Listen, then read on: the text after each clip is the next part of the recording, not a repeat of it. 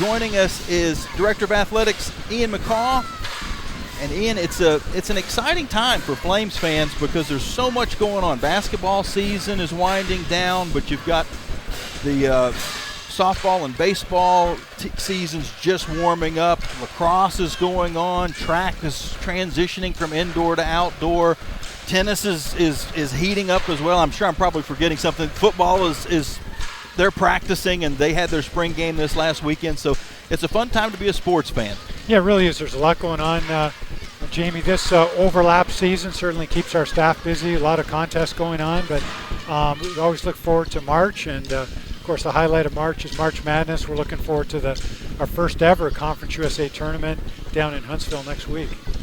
You know, we always, when we have this conversation, we kind of call it like the state of the Flames, like the president tells us how the country's doing and you're telling us how Liberty Athletics are doing. But this is a really good time to ask that question as we're starting to get about, what now, 2/3 or 3/4 of the way through this first season in Conference USA.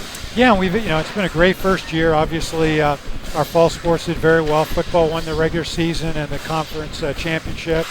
Women's soccer won the conference. Field hockey, of course, won the Big East.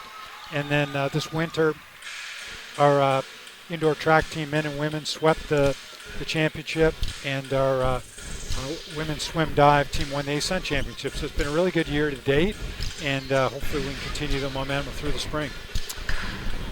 How would you assess the differences in this new conference compared to now it being the third conference in 7 seasons? Yeah, so the things we liked about Conference USA going in, we liked the television exposure, which has been tremendous. Obviously, the revenue that goes with this has been a nice addition. And just the overall visibility of our program has been greater than we've ever had. So those are really positive we expected. I would say that the competitive level is even a little more challenging than we thought. Certainly, we've seen that in men's basketball, a lot of athleticism, a lot of length. And that's been a big adjustment, I think. Women's basketball, obviously a program like Middle Tennessee, even stronger than what we saw in the ASUN with FGCU. So, and we're seeing this in a number of the spring sports have outstanding programs, whether it's Dallas Baptist in baseball or Louisiana Tech. It's undefeated right now in baseball. Several good softball programs. So it's definitely a competitive step up across the board for all of our programs. But I think as an athletic department, we're ready for that.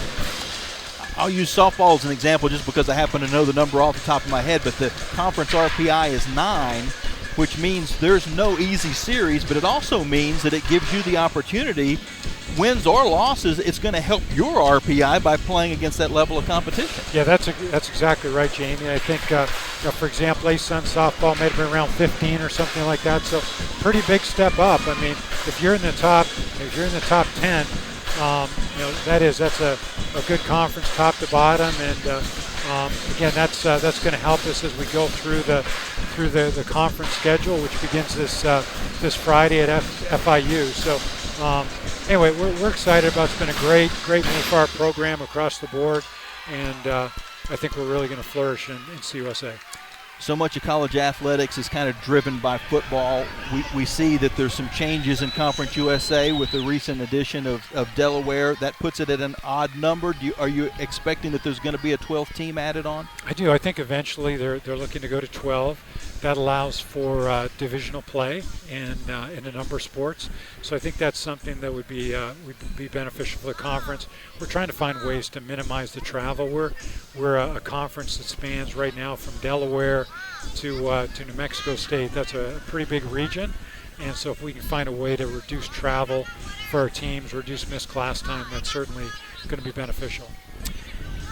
I guess the two big things in the news right now, as far as, and I say college football, it's college sports in general, but it's kind of the focus is on football, is the NIL ruling with Tennessee, and that kind of put a freeze on NIL investigations. How does that translate to day-to-day? You know, we're it's not going to change the way we do things on a daily basis. We follow NCAA rules. We're going to continue to follow NCAA rules. Some of the schools that maybe were operating outside and we're in line to face some sanctions, maybe breathing a little bit easier right now with that injunction, although how long that injunction remains in place is anybody's guess. But so day to day, I don't think it'll impact us very much. The one other one, obviously, I think you're getting ready to mention is the NLRB decision as relates to Dartmouth and the vote yesterday for them to unionize this men's basketball team. That could certainly have a lot of implications in college athletics. If we start to see employee status granted to student athletes, that would be a far different environment than we're in right now. It seems like these sports management classes around the country are going to have to add a law class or two with the way things are going. The other thing that has kind of been talked about is the concept of just having players be paid and having that be a concept in college athletics. Now, that's beyond football, and what would be the criteria for that? Would a university have to choose to either do that or opt out? Would there almost be new divisions set because of it? Well, President Baker has rolled out this concept, and I think he views it as potentially a new subdivision wherein there would be revenue sharing by the conference with student athletes. Many of us think that if that were to happen, it would probably be the SEC and the Big Ten, since those are the conferences with the greatest resources and really the potential to do that. So, we're in a really interesting time right now. I love working in college athletics, but this is certainly one of the most challenging times that we've been in, just with so many issues, so many court cases. It's a dynamic time.